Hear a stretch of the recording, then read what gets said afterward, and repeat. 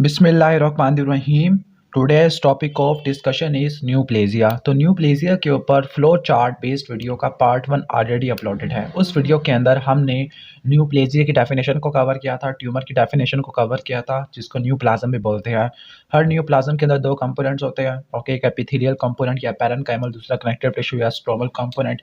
फिर हमने बिनाइन और मैलिग्नेंट ट्यूमर में डिफरेंस को पढ़ लिया था, इनके नोमेनक्लेचर को पढ़ लिया था। अब इनके कुछ कैरेक्टरिस्टिक्स को स्टार्ट करने वाले हैं।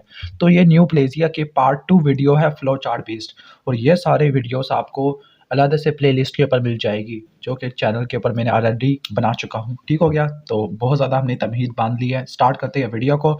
तो आज की इस वीडियो के अंदर हमने न्यूप्लेजिया या बिनाइन और मैलिग्नेंट ट्यूमर के पहले फीचर को पढ़ना है, जिसका नाम है डिफरेंशिएशन, और इसको उलट कर दे तो एनाप्लेजिया बन जाएगा। डिफरेंशिएशन की डेफिनेशन को पढ़ते हैं। ठीक है, तो आपको पता है कि एक पेरेंट सेल से डॉटर सेल बनते होते हैं। ठीक है, ट्यूमर के केस में भी ऐसे ही होता है कि एक सेल को ज़्यादा ग्रो करना शुरू कर देता है, लेकिन जो अगर डॉटर सेल पेरेंट सेल को रिजेंबल करते हैं on the basis of their anatomy, biochemistry और फिजियोलॉजी, ओके, यानी मॉर्फोलॉजी वाइज या फंक्शनल वाइज अगर वो पेरेंट सेल को रिजेंबल करते हैं तो उसको बोलते हैं डिफरेंशिएशन। लेकिन अगर वो रिजेंबल नहीं करते, कुछ और ही स्ट्रक्चर आ जाता है, कुछ और ही फंक्शन आ जाएगा, तब इसको एनाप्लेजिया बोलेंगे। ओके, तो जो डिफरेंशिएशन और एनाप्लेजिया एक दूसरे के ऑपोजिट होती है। डिफरेंशिएशन की डेफिनेशन को कवर कर लेते हैं। डिफरेंशिएशन की डेफिनेशन होती है द एक्सटेंट ऑफ मॉर्फोलॉजिकल और functional resemble of parenchymal tumour cell to corresponding normal cell. Okay, यानी वो एक्सटेंट जिसके जरिए जो डॉटर सेल होते हैं वो पेरेंट सेल को मॉर्फोलॉजी या फंक्शन वाइज रिजेंबल करते हैं। ओके, इनका फंक्शन भी बिल्कुल वैसे ही होता है जो डॉटर सेल का होता है, तो उसको बोलते हैं डिफरेंशिएशन, यानी मॉर्फोलॉजी और फंक्शनल रिजेंबलेंस क्रिएट हो जाना। अब बिनाइन ट्यूमर और मैलिग्नेंट ट्यूमर को कंपेयर कर लेते हैं on the basis of their differentiation. जो बिनाइन ट्यूमर होते हैं वेल डिफरेंशिएटेड होते हैं। फॉर एग्जांपल, अगर एक ट्यूमर है बिनाइन ट्यूमर फैट सेल का, जिसको लाइपोमा बोलते हैं, उसके अंदर मैच्योर फैट सेल्स होते हैं जो पेरेंट सेल को रिजेंबल करते हैं, both in the morphology and the physiology. तो इनके अंदर वही चीज़ें होती है जो नॉर्मल सेल के अंदर होती है, लाइक मैच्योर फैट सेल्स होते हैं जिनके अंदर साइटोप्लाज्मिक लिपिड वैक्यूल्स होते हैं। इनको पहचाना बड़ा मुश्किल होता है कि ट्यूमर है या नॉर्मल है। इसी तरह कॉन्ट्रोमा होता है, कॉन्ट्रोमा के अंदर मैच्योर कार्टिलेज सेल्स होते हैं जो कार्टिलेजिनस मैट्रिक्स प्रोड्यूस कर रहे हैं। इन शॉर्ट, इनकी मॉर्फोलॉजी और इनकी फिजियोलॉजी नॉर्मल सेल जैसी है। तो ये बिनाइन ट्यूमर वेल डिफरेंशिएटेड होते हैं। लेकिन अगर मैलिग्नेंट ट्यूमर की बात करते हैं, मैलिग्नेंट ट्यूमर के अंदर आपको वाइड रेंज देखने को मिलती है। ओके, कुछ पुअरली डिफरेंशिएटेड होते हैं, अनडिफरेंशिएटेड होते हैं, उसको एनाप्लेजिया बोलते हैं। कुछ मॉडरेटली डिफरेंशिएटेड होते हैं और कुछ वेल डिफरेंशिएटेड होते हैं। तो आपको wide range of parenchymal cell differentiation देखने को मिलती है।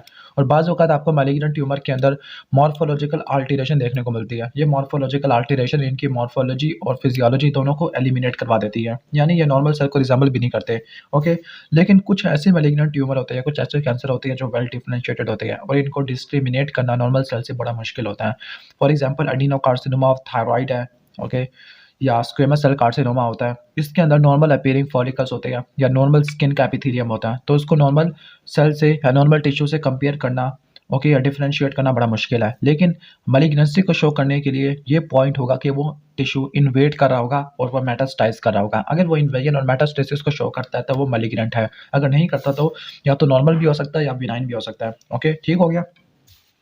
अब आपको पता है कि ट्यूमर के दो कंपोनेंट होते हैं, न्यूप्लाज्म के दो कंपोनेंट होते हैं, पैरेन्काइमल कंपोनेंट और कनेक्टिव टिश्यू कंपोनेंट। जो पैरेन्काइमल कंपोनेंट होता है वो ब्लड वेसल को कैरी करता है और वो ट्यूमर की ग्रोथ करवाती है। ओके, जो कनेक्टिव टिश्यू होता है, यानी connective tissue, stromal connective tissue को देखने के बाद आप ये नहीं कह सकते कि बिनाइन ट्यूमर है, मैलिग्नेंट ट्यूमर है, यानी आप इसको यूज़ नहीं कर सकते फॉर डिफरेंशिएशन ऑफ बिनाइन और मैलिग्नेंट ट्यूमर। लेकिन जो उसकी कंसिस्टेंसी होती है वो आप ट्यूमर की पता चला सकते हो bye connective tissue. For example, कुछ ऐसे कैंसर होते हैं जो डेंस फाइबरस कनेक्टिव टिश्यू की ग्रोथ को बढ़ा देती है।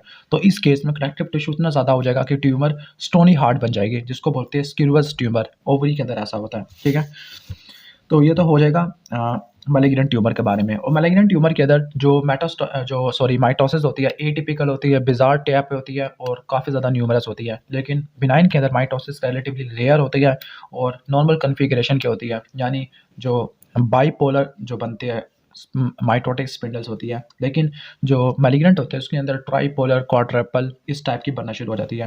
अगर हम डिफरेंशिएशन को उलट कर देते हैं तो बनता है एनाप्लेजिया। एनाप्लेजिया को हम कह सकते हैं बैकवर्ड फॉर्मेशन। डेफिनेशन को पढ़ लेते हैं। ऐसे ट्यूमर या न्यूप्लाज्म जिनमें अनडिफरेंशिएटेड सेल हो तो उसको एनाप्लेजिया बोलते हैं। एनाप्लेजिया की क्या वजह हो सकती है? एनाप्लेज़िया की पहली वजह ये है कि कुछ कैंसर सेल स्टेम सेल से राइज़ करते हैं, लेकिन वो स्टेम सेल जो जिसके अंदर ट्रांसफॉर्मेशन हो गई है, जिसके अंदर कैंसर ओरिजिनेट कर चुका है, अगर उसकी डिफरेंशिएशन फेल हो जाती है, तब वो एनाप्लास्टिक चेंज को एक्वायर कर लेता है, यानी वो एनाप्लेज़िया बन जाता है। या फिर ऑलरेडी मैच्योर सेल है, उनकी डी डिफरेंशिएशन हो जाती है। डी डिफरेंशिएशन का मतलब है कि स्ट्रक्चरल और फंक्शनल डिफरेंशिएशन को लॉस कर देना। इन्हीं 2 मैकेनिज़्म की वजह से ट्यूमर सेल एनाप्लेज़िया एक्वायर करते हैं या एनाप्लास्टिक बिहेवियर शो करते हैं। एनाप्लास्टिक सेल के पास क्या-क्या प्रॉपर्टी होती है? इनके पास प्लियोमॉर्फिज्म होता है, एब्नॉर्मल न्यूक्लियर मॉर्फोलॉजी होती है, ट्यूमर जाइंट सेल्स होते हैं, ओके?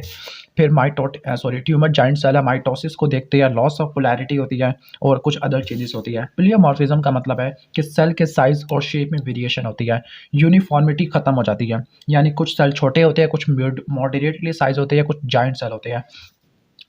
इनकी न्यूक्लियर मॉर्फोलॉजी एबनॉर्मल होती है। न्यूक्लियस का साइज़ कुछ ज़्यादा बड़ा होता है। न्यूक्लियर साइटोप्लाज्मिक रेशियो को देखो तो 1:1 होती है। न्यूक्लियर शेप वेरिएबल और इरेगुलर होती है। क्रोमैटिन को अगर आप देखते हो तो क्रोमैटिन कोर्सली क्लम्प्ड होता है। न्यूक्लियर मेम्ब्रेन के अराउंड डिस्ट्रीब्यूटेड होता है। जो न्यूक्लियोलाई होते हैं काफ़ी बड़े-बड़े साइज़ के होते हैं। हाइपरक्रोमैटिक मटेरियल देखने को मिलता है। ट्यूमर जाइंट सेल प्लियोमॉर्फिज्म की प्रॉपर्टी होती है। ये ऐसे सेल होते हैं जो कि नेबर सेल से या नॉर्मल सेल से काफ़ी बड़े हुए होते हैं। उनके अंदर या तो एक न्यूक्लियस हो सकता है या फिर 2 या 2 से ज़्यादा। लेकिन जो न्यूक्लियस होता है वो हाइपरक्रोमैटिक होता है, डार्क स्टेनिंग होता है। अब ये वाली जो ट्यूमर जाइंट सेल है, ये लैंगरहैंस सेल या फॉरेन बॉडी जाइंट सेल से डिफरेंट होती है। क्यों? क्योंकि ये वाले जो फॉरेन बॉडी जाइंट सेल या जो इन्फ्लेमेटरी लैंगरहैंस सेल्स थे, ये मैक्रोफेजेस से डिराइव्ड होते थे, जिनके अंदर एक न्यूक्लियस होता है, मोनोन्यूक्लिएटेड होते हैं।